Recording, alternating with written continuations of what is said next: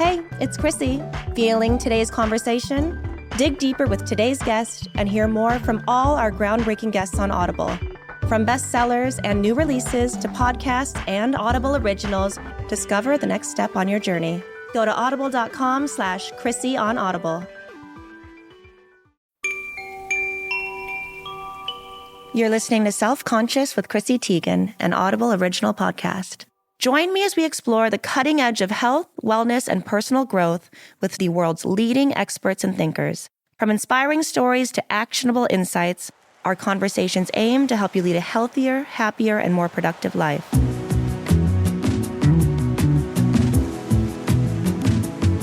So, does anyone else feel like time is just slipping through your fingers? No matter how early you wake up or how many calendars you color code, you're still behind. For years, I thought that feeling was just adulthood. Like, this is what we signed up for. A constant low-key panic about doing enough, being enough, and always catching up.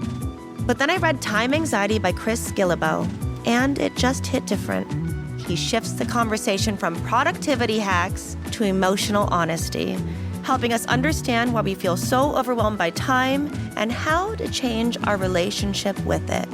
The problem isn't how we manage time, it's how we feel about time. We're not lazy, we're not broken. We're just living in a culture that makes us afraid to rest, afraid to waste time, afraid to slow down. In this episode, I'll unlearn all of that noise and rethink what a good life really looks like. Chris Guillebeau, welcome to Self-Conscious.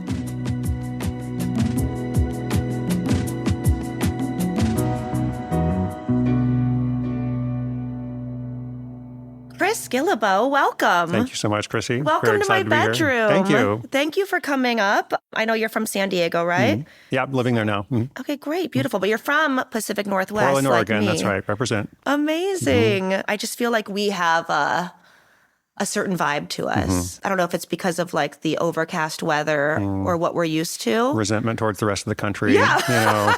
A commitment to passive aggressiveness. Yes, absolutely. We do it so well. Right? And also the best like donut shops on the planet. But not voodoo donuts. That's what everybody always talks about. So I do love voodoo donuts so much. Too much. I've had it with donuts that are loaded with stuff. Okay. I don't need cereal and bacon on my donut. If you're drunk at 3 a.m, it's a great place to go to. Yes. But for other times and other situations, I think there are better options. I'll take a glazed any day. Okay. Anyway, Chris. Is this everything we need for this? This is all we need. I think we got it. Okay, so Chris, let's start with the obvious thing. What exactly is time anxiety? Time anxiety is the sense of time running out, like the constant sense of time running out. There's not enough time in my life. So it's a sense of distress or discontent. I just feel this unsettled sense of angst, and it can have physical symptoms like my heart is racing, I'm having trouble sleeping, having trouble focusing or paying attention. There's a couple of different ways that it shows up. There's like an existential type, which is I'm too late for something in my life. And then there's a daily type, which is too much is happening right now. Sometimes I feel like I'm always counting backwards. When I first open my eyes, we'll say it's around 6 a.m. And I'm like, okay, I have a meeting at 5, which means I have to start my makeup at 4, which means I have to take a shower at 3, which means, and I just go backwards until it seems like there is no time until the meeting at all. I am completely incapacitated by the thought that my meeting is at 5 o'clock, but now I have no time until the meeting. And how does that make you feel? There's never any time. But at the same time, I really like feeling like I'm accomplishing something. And so I will give myself more grace for that meeting and how much time it's taking to get there than if it were just picking up my kids from school or something, which to me is equally just as important. I guess I put more importance on the things that I have to do for other people that get rewarded more. Well, it also takes a different kind of cognitive energy, a different kind of attention. To prepare for a meeting is requiring this cognitive attention. It doesn't require the same effort as going to pick up the kids. I do feel like a lot of my day is dread. What do you dread and what do you... Sounds terrible. No, I mean, I have this whole thing about dread. My day is dread. Yeah. In my dream world, I would just be planning Girl Scouts and my daughter's birthday and my son's birthday and going to a Beyonce concert. And everybody wants that. Sure. And you actually have a chapter about this where you mention those things that we tell ourselves that can possibly help this. One thing I love, which is if it's not a hell yes, then it's a no. Sure. I don't do that. Or you don't do that. No, I live my whole life with, yeah, that sounds good. And then when it comes time to do it, I am like, why did I waste my time doing this? Because it's not only that exact thing you have to do, but it's also this big lead up of months of approvals, or it's never as easy as it seems. And I'm sure a lot of people have to deal with little things like this in a slightly different way, but I don't feel like I've ever done this, which is why I'm so excited to talk to you about, honestly. I have an idea about this. So the things that you're talking about, these are things that you often commit to far in advance, I imagine? Yes. Because you mentioned like when I'm a different person. The months of lead up and such. Yes. So we all tend to say yes to future commitments. If something is far off in the future, we are much more likely to say yes to it than if it is coming up tomorrow or next week or something. Because we're just like, oh, maybe I will want to do that. And so the trick is when you're encountering all these opportunities or requests for your time that are far off in the future, just consider that they were happening tomorrow. And you get this opportunity and be like, if this was happening like tomorrow. 1,000% no. Exactly. Or tomorrow or next week in the very near future, how would you feel about it? Yeah. And so if your answer then is a hell yes, you're like, great, that's what I want to do. But for all these other things, if you don't want to do it tomorrow, you're probably not going to want to do it 3 months from now. No, in 3 months, I'm going to be a totally better person that really is going to be so excited by this opportunity. But you're paying the cost all this time, not just the 3 months later, but then, as you said, like the dread leading up to it. Yes. So a way that you can be kind to your future self is to perhaps say no to it if you're not excited about doing it tomorrow. I'm worried, Chris, that I would never do anything ever then. I'm not a hustler. Somehow I don't think that's true. Really? I always look around at people, like a lot of my friends that have so many different businesses. They have their hands in beauty, in food. They are influencers. Don't you do all those things? Yeah, but not with the excitement that they do it. Okay. And I don't know why. I'm really hard on myself because I so want to be like that. You want to have more excitement. Yeah, because I'm given every opportunity here to get to put my hands in so many different things and have a good time with it.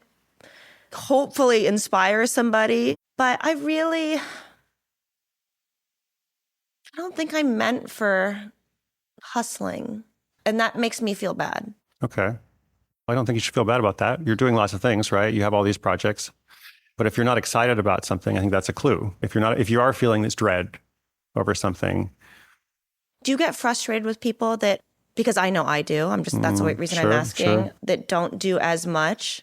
I mostly get frustrated at myself because I look at what other people are doing and I look at author friends of mine or other colleagues or people who have great influence. And I'm like, how are they doing all these things? So I know I get frustrated at myself. So you're hard on yourself about it. Yeah, exactly. I don't really care what other people are doing. Yeah? Yeah, I'm not judging. It's more about self-judgment. That's me. Oh, I think, I definitely do.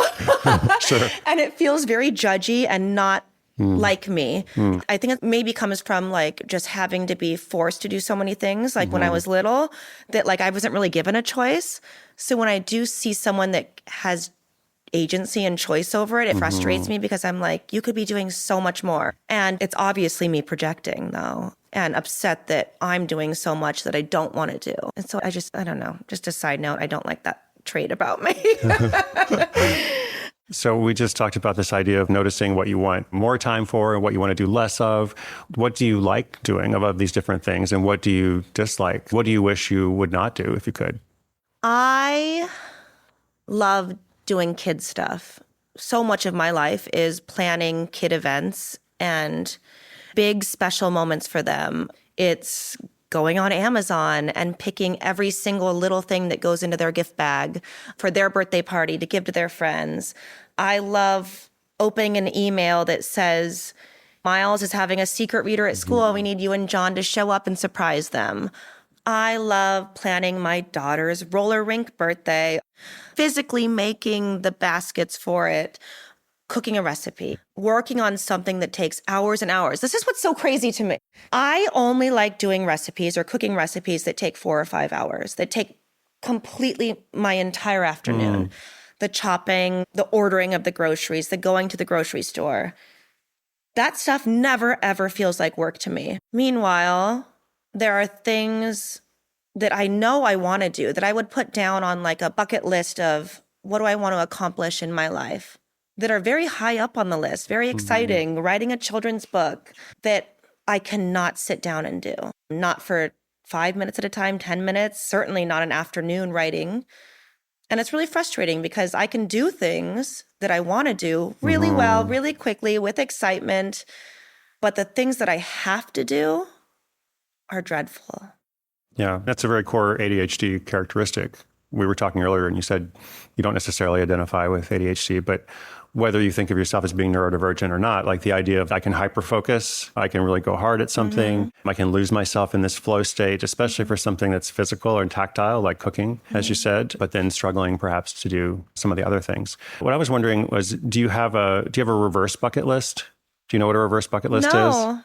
So everybody knows like the bucket list is like, oh, I want to go bungee jumping, or I want to write the children's book or whatever else, right? The reverse bucket list is, what have I done in my life? My gosh. What have I done that is interesting or notable to me? Part of the reason we feel anxious about time, we're like, there's so much that I haven't done, but you can also look back on your life and being like, wow, actually I have done a lot. What have you done? Oh my gosh, man. I don't really sit on anything too long to be able to be like, that was awesome. That was so cool. See, I don't either. I'm not good at it. Yeah. And that's why I think this is helpful. Yeah. Like I'm very future minded and very goal oriented and what's coming up, but I never think about the past. So this was very helpful to me because I was like, oh, actually I have been able to do a lot. I went to every country in the world. I did this, I read these books and all this stuff. But so what are some of those things for you? I've gotten to go to the White House and I've gotten to throw up at the White House. And That's great. It's a much smaller number of people that have been to the White House than have actually done that. I know. I've gotten to literally flip the lights on in the West Wing and see it from a perspective that like so many people have not. I have gotten to experience an incredible earthquake in Bali. I've gotten to live in Thailand for a few months and visit my family that is from the village that had never stepped foot in a car before. Wow. I've gotten to accept awards by people I never thought I'd be accepted by. Sometimes like it's the little things that really mean the most to me. Take my kids in a convertible because they just love beep beeps so much. And so we've gotten to rent a car before and drive up the coast and to smoke a cigarette in France, a skinny little one, and you just felt so cool doing it. That's great. There are so many things. So I met John when I was like 21. My life until 21, 22 was just like incredible. And I look back on it so fondly because there were no cameras. I wasn't being outed for anything. I really have gotten to do incredible, amazing things. And I don't feel like things are that important to me anymore, I guess we'll say. I think my younger days are full of like really incredible things, but I don't know how often I'd look back right now and be able to pinpoint things that didn't have to do with my kids or family or work that were that inspiring or great for me. That's still a pretty long list though. And that's just what you came up with on the top of your head. So I wonder if anybody who's listening, if they're feeling stressed about time and time running out, how do I spend it? And there's a lot of things you can do, but I think one of them is maybe just reflecting on like what you have been able to do thus far. I think a lot of my things that I get most excited about to think about in the past are things I probably couldn't get away with now. Okay. And so I think maybe it's very therapeutic, by the way. In a way, since I know I can't do it anymore, I just have to leave it in the past. I can't run down Broome Street smoking a cigarette anymore and do drugs off pizza boxes. So I think I put those things in the past, and now I do like really simple things that make me feel accomplished. So sometimes there's a grief cycle and letting go or like accepting, okay, some of those things might be in the past. And maybe in some ways that's sad, but also, as you said, what can you do now? What are you doing now that you weren't able to do then? Oh my God, I might be so boring now. I literally just do paint by numbers and I cross-stitch. Does it make you happy, Chrissy? It does, but I'd probably rather be smoking a cigarette on Broome Street. It does make me happy. It fulfills me in the way that I know there's an end to it. And so when someone's watching me do it, I'm like, yeah, I'm doing something, and I'm doing something that has an end. But I will say I never finish those things. I never finished my paint by numbers as much as I enjoy doing it. I never finished my cross stitch as much as I enjoy doing it. It sounds like it's a good escape for you because it's actually not goal-oriented. If it's goal-oriented, then it has an end and you must finish this thing.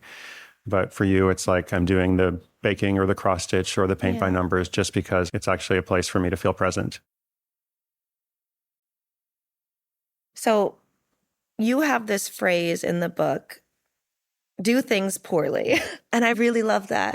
That would change the game so much for me if I knew that if I were just jumping into something, if I were allowed to do it a little shittily, it would at least get something going and light a fire. Yep. So can you explain do things poorly? Not everything needs to be done with excellence. Not everything that you do will be excellent. And I think a lot of us put a pressure on ourselves. Maybe some of it's internalized from childhood. We have to give our best. We always have to do our best. But you're not going to be able to do your best for everything. And this perfectionism actually holds people back from doing a lot of things. So it could be like a creative project. Oh, I'm not going to share my writing or my art with the world until it's perfect. And then, of course, you're never going to share it. Or it could be something like a household task, or I'm overwhelmed by the laundry. Well, what if you just did one load? What if you just accepted, okay, I'm just going to start the laundry? And you can think about it through for all walks of life, all parts of life. What does it mean to just do something poorly or to not give it my all? And maybe later I'll choose to focus more on it. Or maybe in doing that, it's actually going to free up space in my life to do something else with excellence. Do you feel like social media has really fucked us up from all of this because you're thinking that everyone is always good at everything the first time they do it? It looks perfect. You don't really see the struggle anymore with anything. I have a company and I don't feel like we are at the same level as anyone else with a new business or as a founder. I just feel like everyone's doing everything right the first time. But that's not true. I don't. And it's not real. And so your question, does social media fuck us up? Yes. Yeah. Absolutely. Yeah. 100%. It's not real. It is filtered. It is projected. It's I've an illusion. asked before if I should share the struggles of it. And then I've had people be like, it might scare investors with. I'm like, oh, that's so frustrating Is that your market? Or is it are those the people you want to please the most? Yeah. Don't you want to please people who are looking to you and for inspiration? And they're like, oh, Chrissy Teigen is perfect. And you're like, but actually, I'm struggling. And that's actually more interesting. That's more interesting, I think. And I've always wanted to share the struggle more. It seems like everybody has a lot of time and a lot of money. Because of what you see posted on social media? Yeah. And that they planned better than I did. So I can never go backwards. Something that I think could be helpful is ask yourself, when you're in the situation of comparing, would you trade your life for theirs? For that person. And when you do this, you have to realize you're not just adding their life to yours. If you trade your life for someone else's, you have to trade your life, everything that you've been able to experience. This has been helpful to me because I often feel really envious of other authors or other colleagues. I'm like, oh, they got this Netflix thing or their book is on this bestseller list or something. And then I think, would I really trade my life for theirs? And at first I think, oh, sure, of course. Then I think everything that I've been able to experience, the things that are on my reverse bucket list and all the experiences I've been able to have, relationships and just life, I'd have to just let go of that. Yeah. And I wouldn't. And once I do that, I'm like, oh, actually, I've had a pretty great life. I would not want to trade that. Yeah. My experience is unique.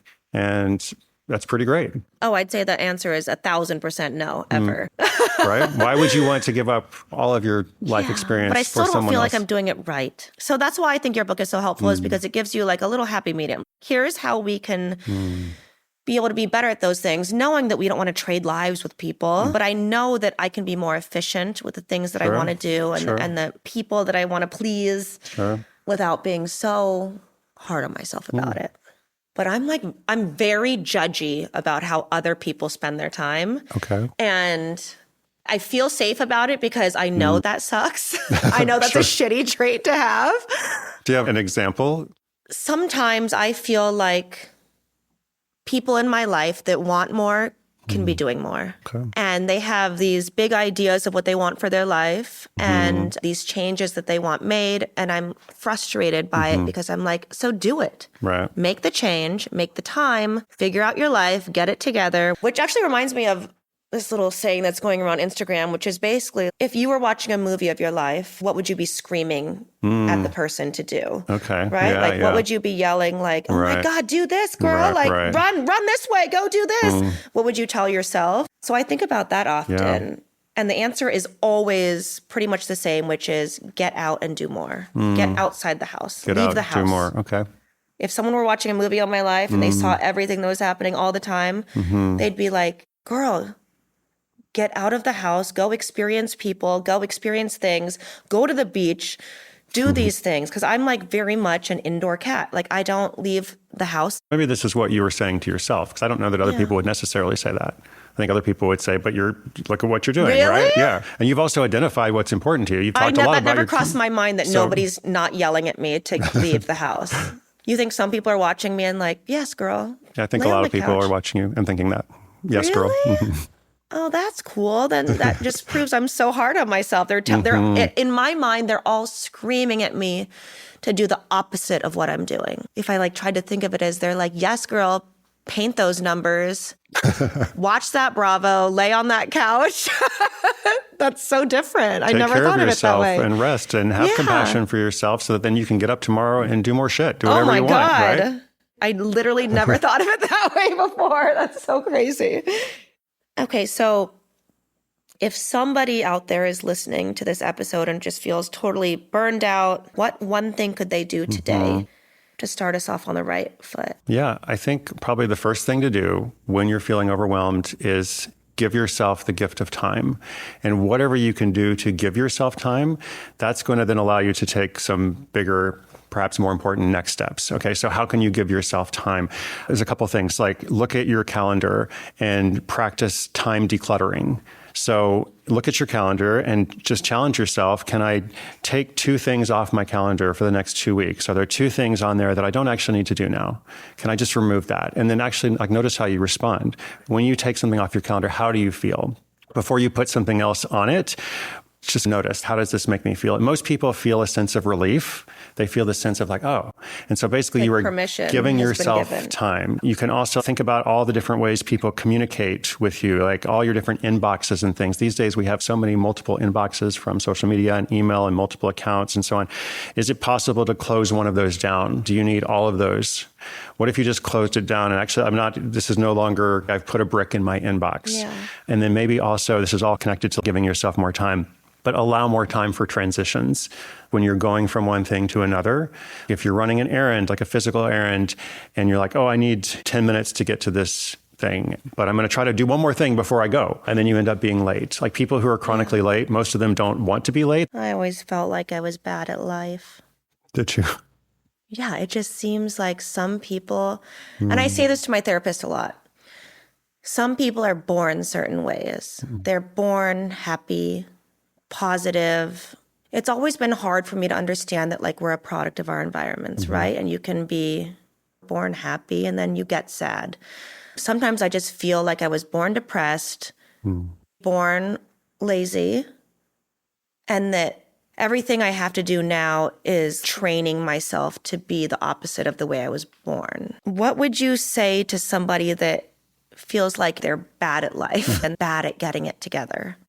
For someone who feels like they're bad at life, I would say most likely they need to develop their executive functions. They're not bad at life. They don't need to fix themselves. They just haven't learned some of these skills that you mentioned. Maybe they have struggled with focusing or with emotional regulation or with planning. All of these things are tools. They're skills that can be learned, but they're not usually taught. If you go through life and you have this deficiency, or maybe you have strengths in other areas, let's say, then you're always feeling like, oh, I need to compensate for this. I need to fix myself for this. And I've often felt ashamed. There's a lot of things I'm not good at. And so you don't need to fix yourself. You can learn some executive functions. You can learn some skills. You can learn about allowing more time for transitions, like we talked about. You can learn about the cognitive distortions that affect how we see ourselves and that kind of give ourselves this negative self-perception. And once you understand this, then you can feel a lot better. So it's not about fixing yourself at all. So where do you start? Where do you start with somebody like me? Okay. Do you ever struggle with focus? Yes. Okay. And what do you do when you're like, I need to focus better? Do you tell yourself a story like, I need to get up tomorrow and focus hard, or you avoid? Completely avoid. Okay. But what about when you actually do try to tackle something? Like, what's your approach? I sit down in a quiet environment and I try to be inspired. And I know that inspiration for me comes from the most random time and random place possible. But I sit down and I try to tell myself, you have to turn this in by tomorrow or you're in trouble. The trouble thing always works for me because I'm a child of, if you didn't do this, you get in trouble. So I always have to conjure up a story where I'm going to be in trouble if I don't do it. Okay. So one thing that's important to understand is we all have a very limited amount of focus energy every day. It's 2 to 3 hours max. And that is true for everyone. There's been these studies where people looked at Beethoven and famous people who are incredibly prolific, and they all have about 2 to 3 hours a day of cognitive attention. Wow. Okay, so obviously you're doing lots of different stuff throughout the day, but you've got 2 to 3 hours max.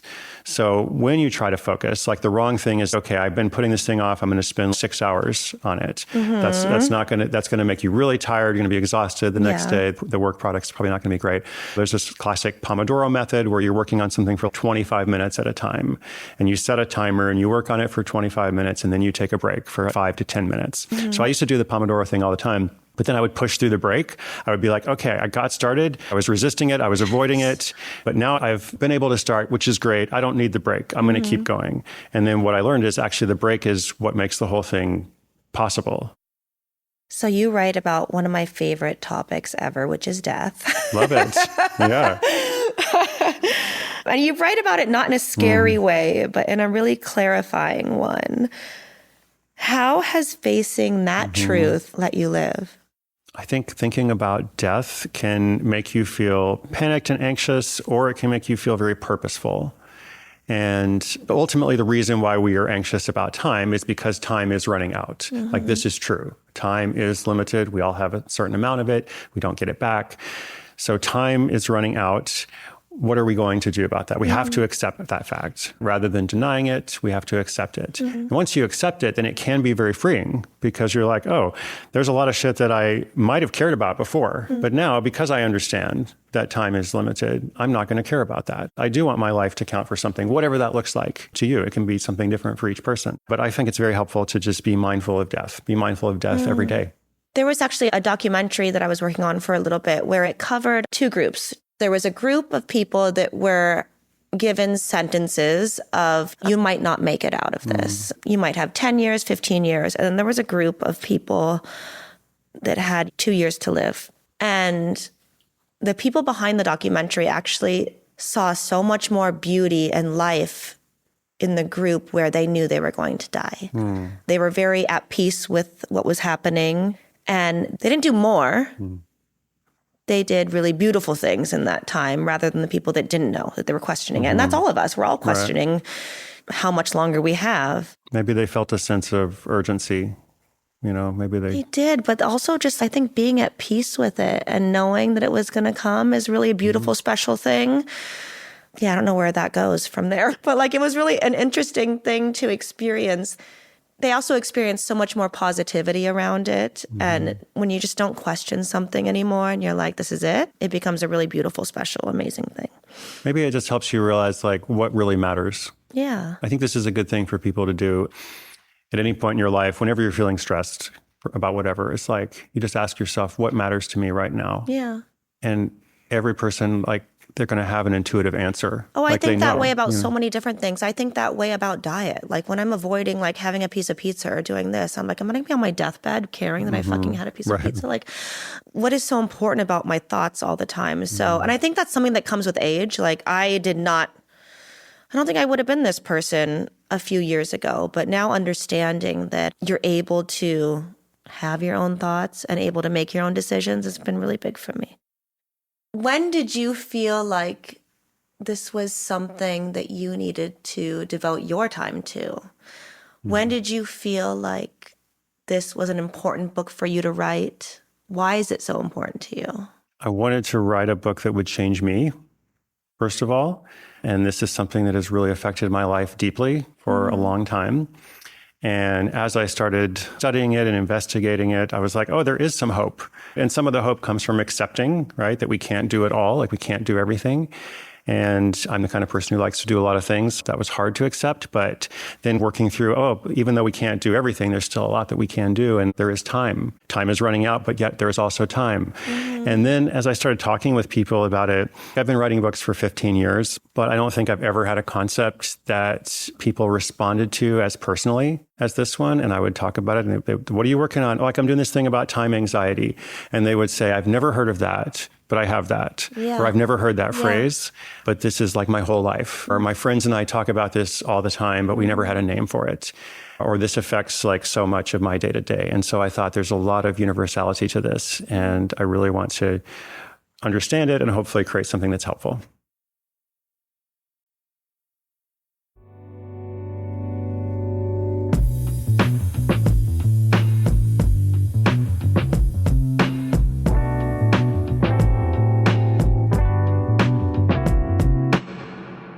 And now for the toolkit. Each episode, our guests distill their expertise into practical and actionable insights. Today, Chris Guillebeau takes us through a few exercises focusing on how we experience and think about time.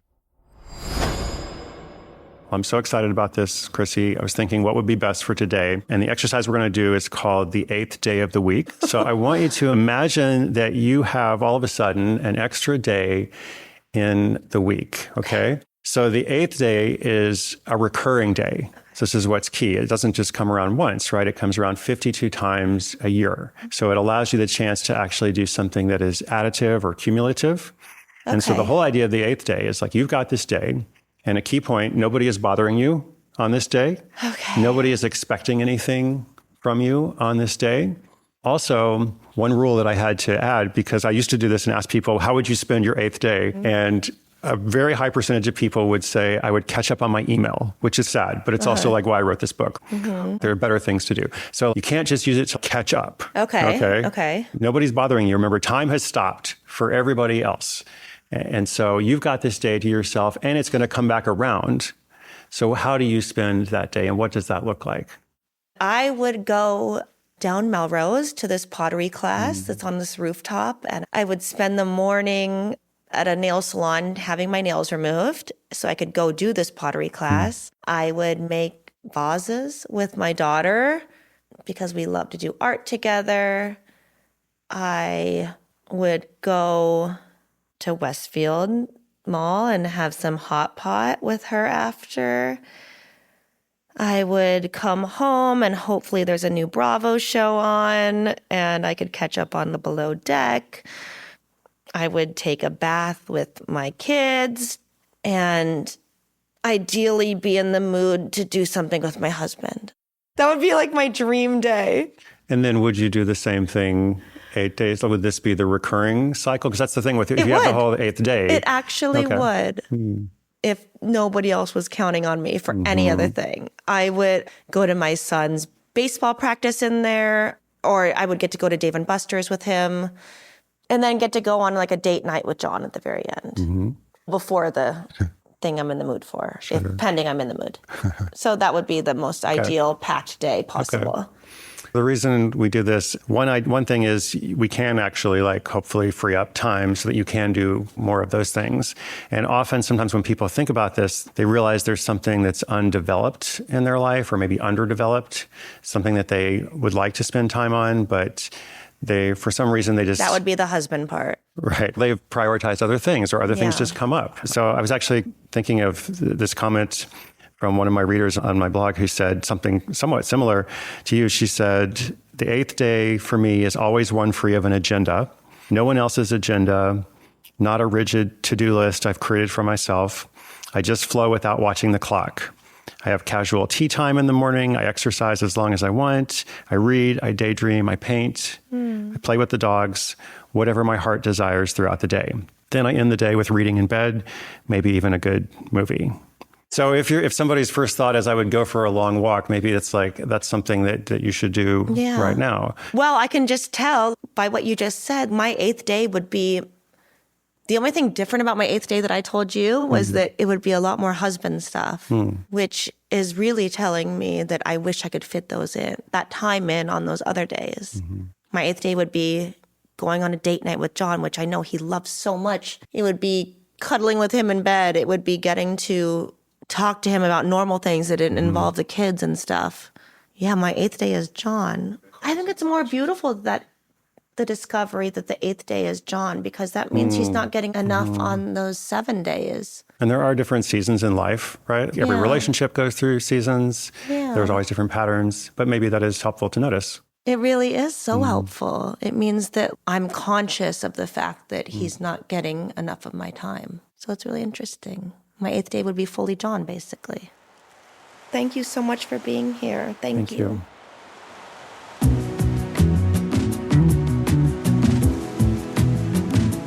Chris, thank you so much for joining me today on Self-Conscious. Time Anxiety by Chris Guillebeau is available on Audible. Until then, tune in, turn on, and feel better. This is Chrissy Teigen, and you've been listening to Self-Conscious, an Audible original podcast. This has been an Audible original, produced by Audible and Huntley Productions, hosted by Chrissy Teigen, written and directed by Jimmy Jelinek. Executive producers, Jimmy Jelinek, Chrissy Teigen.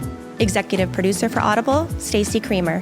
Head of Creative Development at Audible, Kate Navin. Chief Content Officer, Rachel Giazza. Copyright 2024 by Audible Originals, LLC. Sound recording copyright 2024 by Audible Originals, LLC.